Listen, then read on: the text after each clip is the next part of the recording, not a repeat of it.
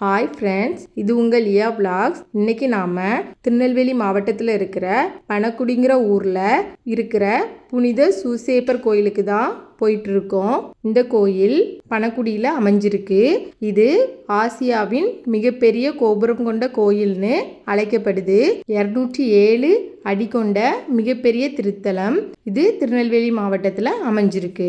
இது கத்தோலிக்க கிறிஸ்தவர்களின் திருத்தலமாக விளங்குகிறது. இங்கே 850க்கும் மேற்பட்ட கிறிஸ்தவ குடும்பங்கள் உறுப்பினர்களாக இருக்காங்க.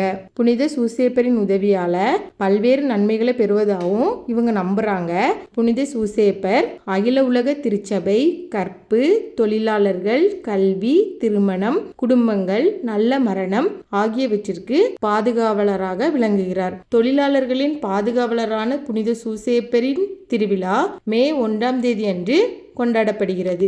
இந்த கோயிலோட வரலாறு என்னன்னா, கிபி 1870களில் அருட்தந்தை கிரகோரி பணக்குடியில் 5 ஏக்கர் நிலத்தை வாங்கி புனித சூசேப்பருக்காக ஒரு ஆலயத்தை எழுப்பியிருக்காங்க. பழைய ஆலயம் 1891 இருந்து 1892 சீரமைப்பு பணிகள் நடைபெற்றிருக்கு. அப்போது இந்த கோயில் காவல் கிணறு பங்கோட இணைஞ்சிருந்திருக்கு. 1939 டிசம்பர் 24 அன்னைக்கு அருட்தந்தை சூசைநாதர் தலைமையில் புனித சூசேப்பர் ஆலயம் தனி பங்கா உருவாகியிருக்கு. 1947 அருள்தந்தை ரெமியூஸ் காலத்தில் 36 அடி உயரம் கொண்ட கல் கொடிமரமும் நட்டிருக்காங்க. 1962ஆம் ஆண்டில் அருள்தந்தை லூர்து மணி முயற்சியால புனித சூசேப்பருக்கு தேரும் செய்யப்பட்டிருக்கு.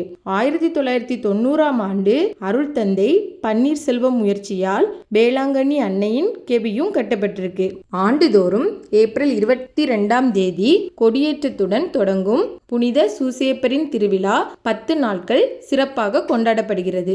மே 1ஆம் தேதி இது முடிவடையும். 8ஆம் திருவிழாவன்று நற்கருணை பவனியும் 9, 10ஆம் திருவிழாக்களில் தேர்பவனியும் நடைபெறும். தவக்காலம் குறுக்கிடும் காலங்களில் திருவிழா ஓரிரு நாட்கள் தாமதமாக தொடங்கப்படுகிறது. ஒவ்வொரு ஆண்டும் புனித வார புதன்கிழமை மாலையில் ஊர் அசன விழா கொண்டாடப்பட்டு பங்கு பெறும் மக்கள் அனைவருக்கும் அசன விருந்தும் வழங்கப்படுகிறது.